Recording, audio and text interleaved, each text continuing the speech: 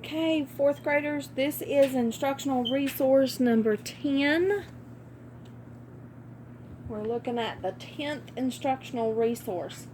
The first question says, shade in 2/3 of the shapes. Now, I know that 2/3 means 2 out of 3 shaded.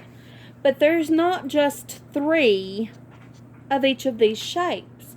So in order to find 2/3, we have to figure out a way to break these shapes into 3 even or equivalent parts. So if I look here, there's 1, 2, 3, 4, 5, 6 lines that go across.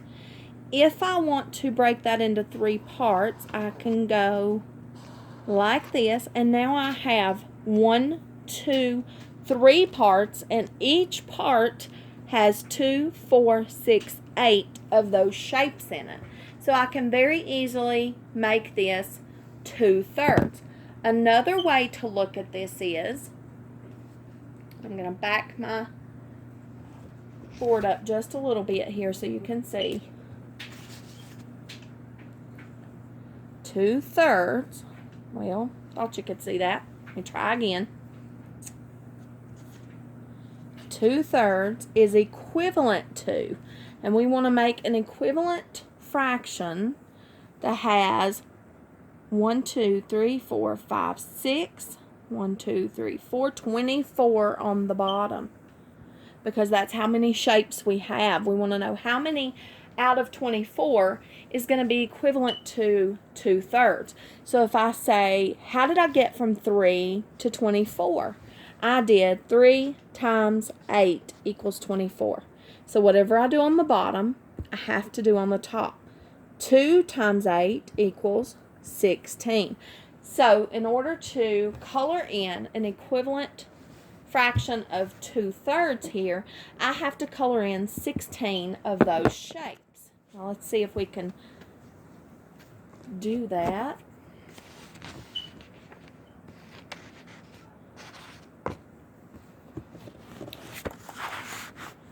Okay, so let's see.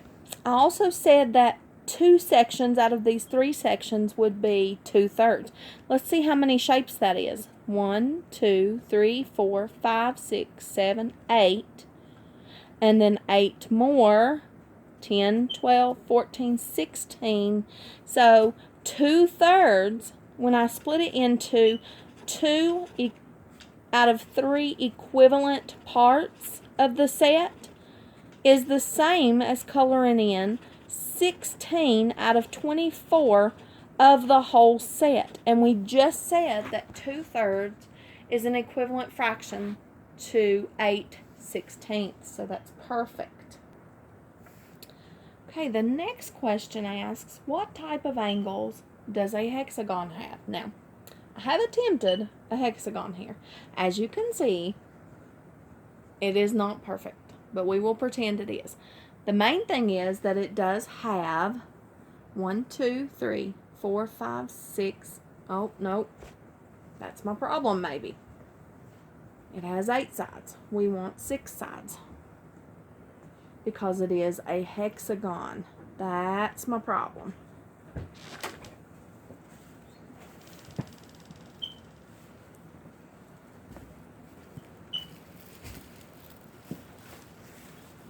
Now I have a hexagon that has 6 sides. Still lopsided. That's okay.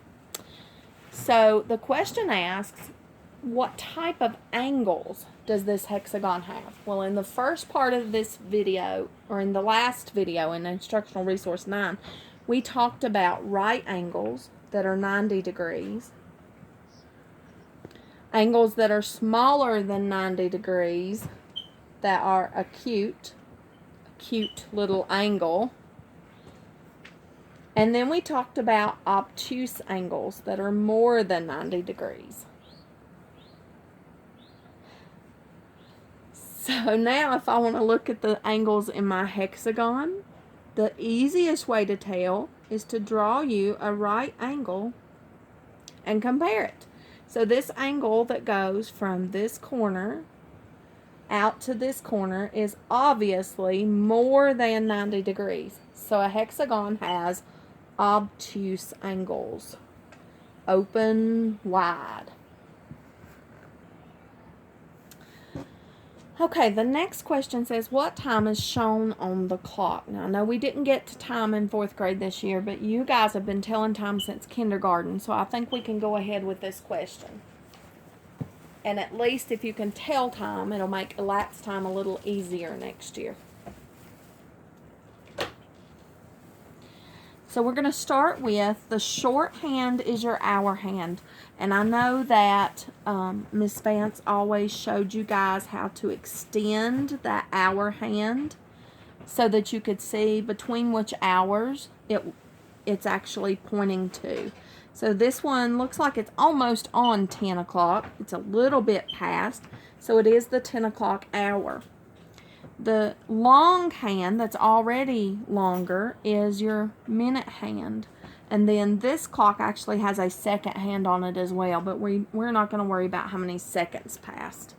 So we start with our 12, and remember that when you count minutes, you count by fives because there are 60 minutes in 1 hour. There's 12 hours during the daytime and 12 hours during the nighttime, so 24 hours in a day. So we're going to count 5, 10. So that means that it is 10 minutes after 10. I don't know if it's AM or PM because it doesn't tell me. So the only thing we need to write is the digital time, 10:10. Okay, the last question in the top row says estimate the quotient. When we are estimating division and it doesn't give us an alphabetical order to go in, the ABC choices, multiple choice. When it doesn't give us a multiple choice to choose from, the best thing to do is change these digits in the front to something that is a multiple of our divisor. The divisor here is 4. 4 times nothing is 22. But if I go through my 4s, 4 times 5 is 20, so I could change it to 200. Or 4 times 6 is 24. So if I wanted to, I could change this to 240 as an estimate and get a close quotient. So once I have the numbers that I want to change it to get my close quotient, I use my steps. Does McDonald's sell cheeseburgers? Remember that D stands for divide. So we're dividing first 24 divided by 4. I just said 4 times 6 is 24. M for multiply, so then we multiply that quotient times the divisor. 6 times 4 is 24. S for subtract. 24 minus 24 is going to give me 0. That's no remainder. And yes, 0 is less than 24, so we've checked it. There's only a 0 to bring down, so you do need to bring that down.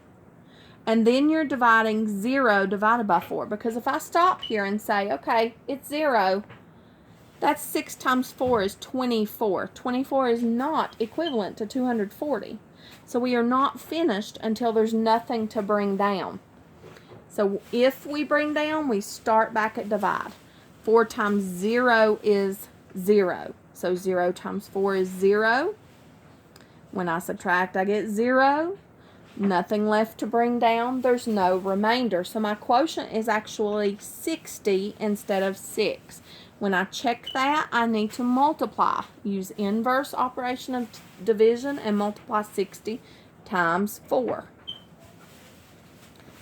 4 times 0 is 0. And 4 times 6 is 24. So the estimated quotient is 60.